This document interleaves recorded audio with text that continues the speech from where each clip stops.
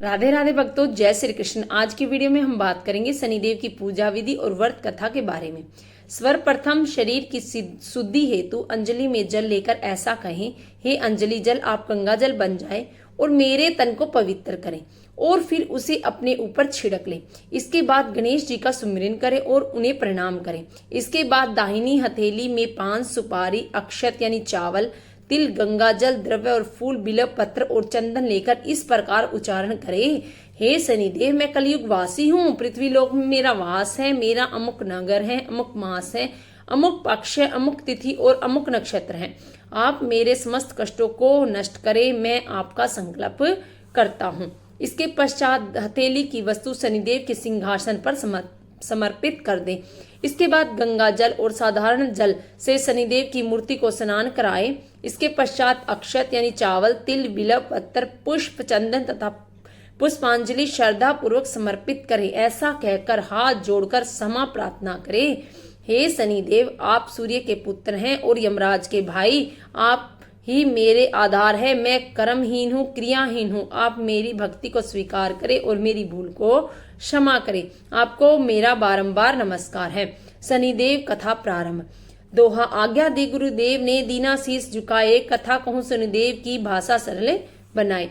सर्वप्रथम श्री सरस्वती जी को सुमिरन करके, गणपति जी को नमस्कार करके तथा अपने गुरुओं के चरणों में माथा नवाकर मैं श्री शनिदेव जी की कथा प्रारंभ करता हूँ। यह शनिदेव जो मनोवांछित कार्यों को सफल बनाने वाले हैं, जिन्हें सकल नर नारी और 33 कोटि देवता योगीश्वर मुनीश्वर ध्याते हैं, वही देव मेरी त्रुटि को क्षमा करें और मुझे अपनी शरण में ले। मेरे मन में आपके प्रति अगाध प्रेम है। यह बात सर्वविदित है कि जो लोग शनिदेव को ध्याते हैं उनके सकल मनोरथ सफल होते हैं, तथा जो ऐसे देव को भूल जाता है संसार में महान दुख पाता है और नरकगामी होता है और अगले जन्म में पशु की योनि में जाता है।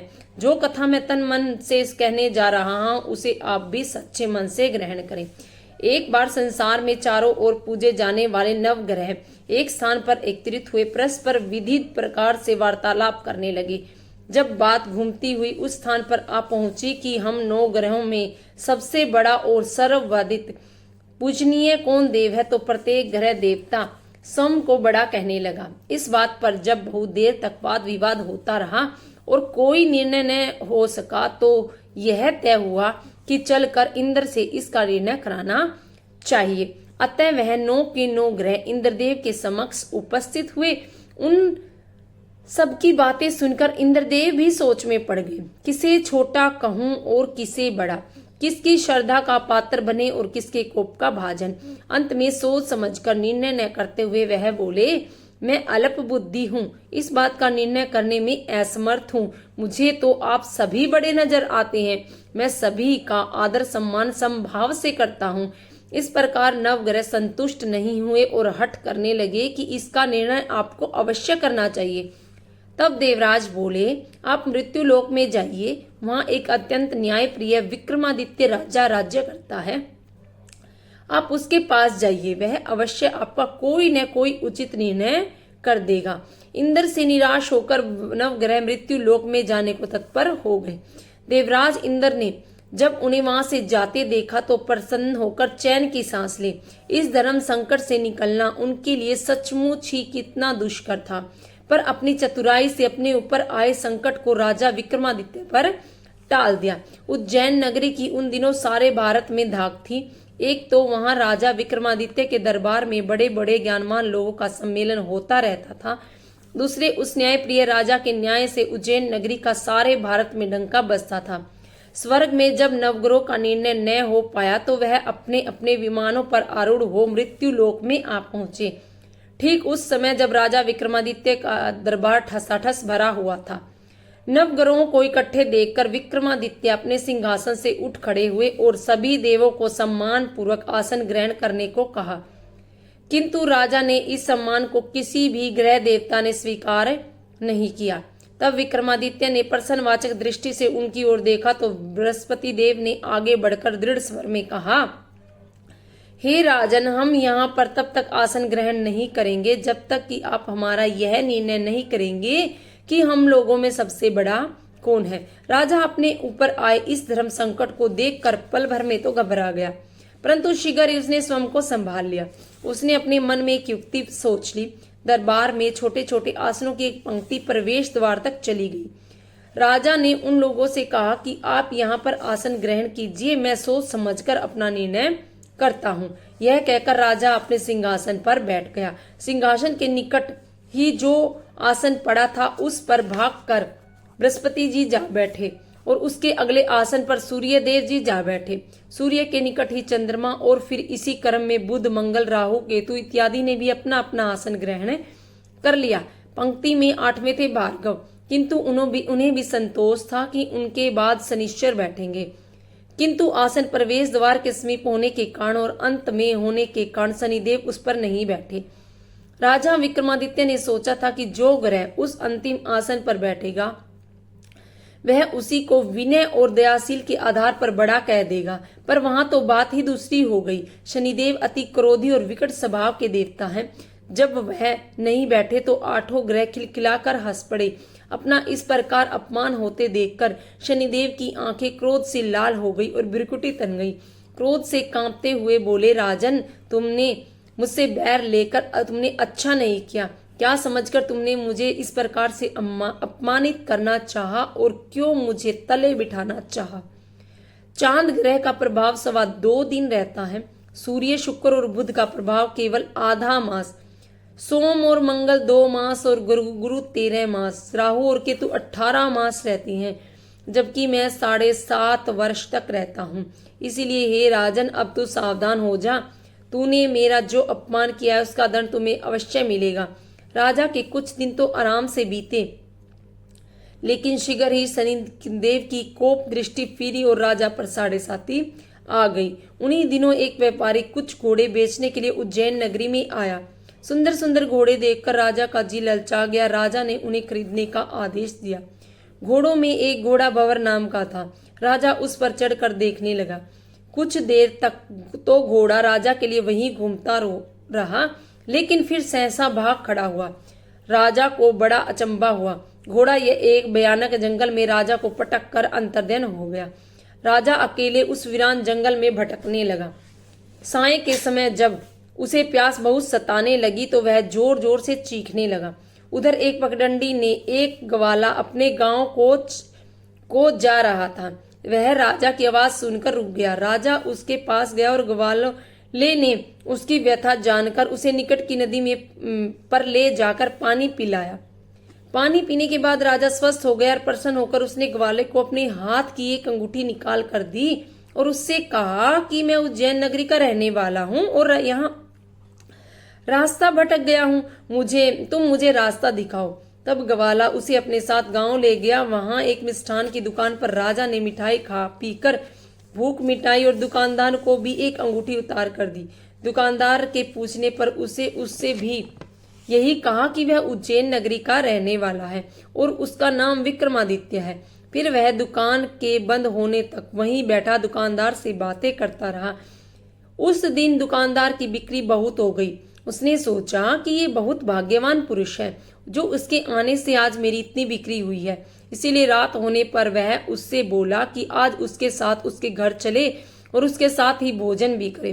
राजा मान गया। जब वह दोनों घर पर पहुंचे तो दुकानदार की पत्नी ने उसका बड़ा स्वागत सत्कार किया और अतिथि के लिए विशेष रूप से भोजन तैयार किया। भोजन करते समय एक अद्भुत घटना घटी। जब राजा भोजन कर रहा था तो सामने की दीवार पर सोने का एक सतलड़ा हार टंगा हुआ था। उसके पीछे एक चित्र था। सहसा ही वह हार वहां से अदृश्य हो गया। दुकानदार के यहाँ एक बांदी थी। उसने जाकर घर की मालकिन से कहा, वहां खूंटी पर हार नहीं है। यह बात दुकानदार तक पहुंची तो उसने राजा से पूछा। राजा बोला, मुझे तो मालूम नहीं, तुम्हारे और मेरे अतिरिक्त तो यहाँ कोई था ही नहीं। सच सच बताओ, हार कहाँ है? मुझे मालूम नहीं। राजा फिर बोला, मेरे पास कोई हार नहीं है। जब कोई निर्णय नहीं हो सका तो दुकानदार राजा को उस नगर के राजा के पास ले गया। उस नगर के राजा ने जब विक्रमादित्य की भोली भाली सूरत देखी तो बोला, यह व्यक्ति कभी चोरी नहीं कर सकता, और यह कहकर उसने विक्रमादित्य को छोड़ दिया। विक्रमादित्य जब उस नगर में यूं ही इधर उधर भटक रहा था, तब उस नगर के एक तेली ने उससे कहा कि उसके यहाँ काम कर ले तो वह उसे रहने का स्थान और खाने की सामग्री भी देगा। राजा मान गया और तेली उसे अपने घर ले गया। वहां सारा दिन राजा धानी पर बैठा उसके बैलों को हाँकता रहता और तेली बाजार में तेल बेच आता। जब वर्षा ऋतु आई और मूसलाधार वर्षा होने लगी, तब धानी पर बैठे हुए विक्रमादित्य ने मौज में आकर ऊंचे ऊंचे स्वर में राग अल्पना आरंभ कर दिया। निकट ही उस नगर के राजा का राजमहल था। वहां खिड़की पर बैठी राजकुमारी ने जब राजा का मधुर स्वर में गीत सुना तो वह अपना दिल हार बैठी। उसने बांदी को पता करने के लिए भेजा। बांदी वहां राजा को गाते हुए देखकर लौटी तो राजकुमारी से बोली कि वहां पर तो कोई अति सुकुमार नवयुवक बैठा मस्ती में आंखें बंद किए गाए जा रहा है। राजकुमारी ने सुना तो उसने अन्न जल का त्याग कर दिया। रात तक जब उसने कुछ नहीं खाया तो रानी ने आकर उसे समझाया, पर वह बोली कि वह तो उस गाने वाले से ही शादी करेगी। रानी ने जाकर राजा से कहा कि राजकुमारी एक तेली पर मोहित हो गई है और उससे ब्याह रचाना चाहती है। राजा ने सुना तो उसे बहुत क्रोध आया। उसने तेली के घर से विक्रमादित्य को बुलाया और उसके हाथ कटवाकर जंगल में फिकवा दिए। यह बात जब राजकुमारी को पता चली तो वह उसे भी अपनी बात पर दृढ़ हो गई और बोली कि मैंने तो अब उसी को वर लिया है। वह चाहे कैसा भी हो, मैं उसी से विवाह करूंगी। मैंने तो अब उसी को वर लिया है, चाहे वह कैसा हो, उसी से विवाह करूंगी। बेटी की हट देखकर लाचार हो राजा ने दोबारा विक्रमादित्य को नगर में बुलाया और बेटी की हट देखकर उसने राजकुमारी का मामूली ढंग से पाणी ग्रह कराया और एक साधारण से मकान में बसा दिया। दोनों वहीं रहने लगे। एक दिन जब विक्रमादित्य सोया हुआ था तो स्वप्न में उसे शनिदेव नजर आए। विक्रमादित्य ने उसके सामने नमस्कार किया और क्षमा याचना की। शनिदेव ने उसे आशीर्वाद दिया और बोले, अब तुम्हारी 7.5 यानी 7 वर्ष खत्म हो गई हैं। राजा बोला, मुझसे जो गलती हुई उसके लिए मुझे क्षमा कीजिए। शनिदेव ने मुस्कुराकर उसे आशीर्वाद दिया और राजा के दोनों बाजू दोबारा निकल आए। राजा ने अपनी पत्नी राजकुमारी को रात को जगाया नहीं। वह रात को उसके गले में बाहें डालकर सो गया। सुबह राजकुमारी की आंखें खुली तो उसकी गर्दन में बाहें डली देखी तो चौंक कर उठ खड़ा, लेकिन शीघ्र ही विक्रमादित्य ने जागकर उसे सब बातों से अवगत करा दिया। जब वहां के राजा को यह बात मालूम हुई तो वह भागा भागा आया और अपंग को फिर से स्वस्थ देखकर चकित हो गया। उसने भी विक्रमादित्य को यही कहा कि जब यह सब शनिदेव की कृपा का फल है, और विक्रमादित्य ने अपना वास्तविक परिचय भी राजा को दिया और सारा किस्सा विस्तार से सुनाया।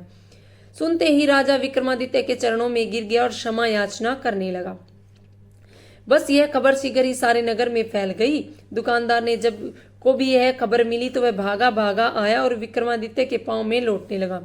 विक्रमादित्य ने उसे उठाया और आसन पर बिठाया और कहा, जब तुम घर जाकर उस खुंटी पर देखो हार टंगा होगा। और सच ही दुकानदार ने देखा, हार टंगा पाया। नौकरानियों के साथ लश्कर समेत विक्रमादित्य को विदा किया। राजा विक्रमादित्य जब राजकुमारी को लेकर अपनी नगरी उज्जैन में लश्कर समेत पहुंचा तो सारी नगरी में उत्साह छा गया।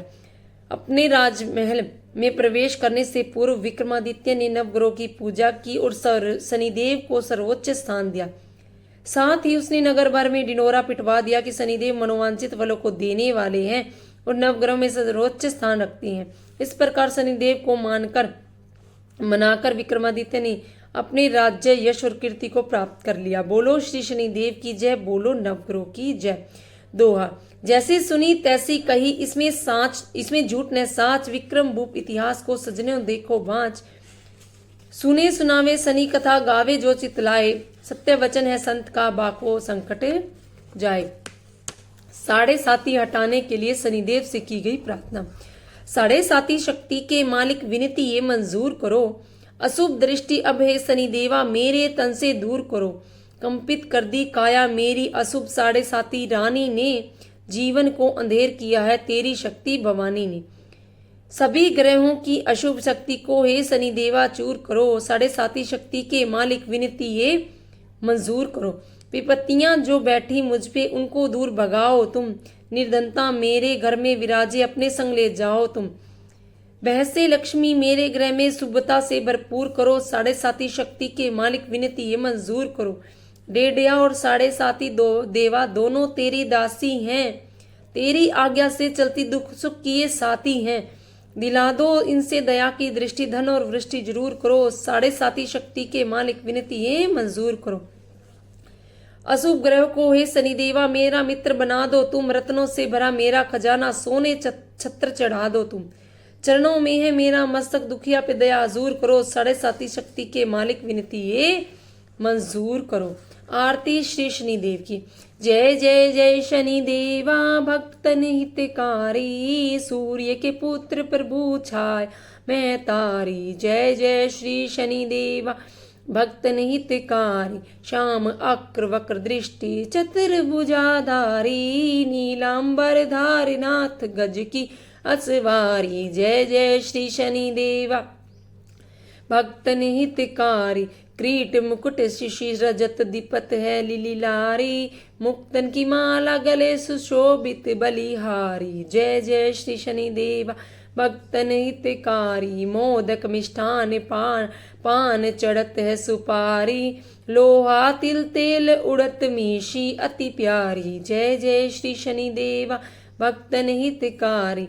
देव धनुज ऋषि मुनि सुरत नर नारी। विश्वनाथ धरत ध्यान शरण है तुम्हारी। जय जय श्री शनिदेवा भक्तन हितकारी। बोलो श्री शनिदेव की जय। बोलो नवग्रह की जय। राधे राधे भक्तों, जय श्री कृष्ण। हर हर महादेव।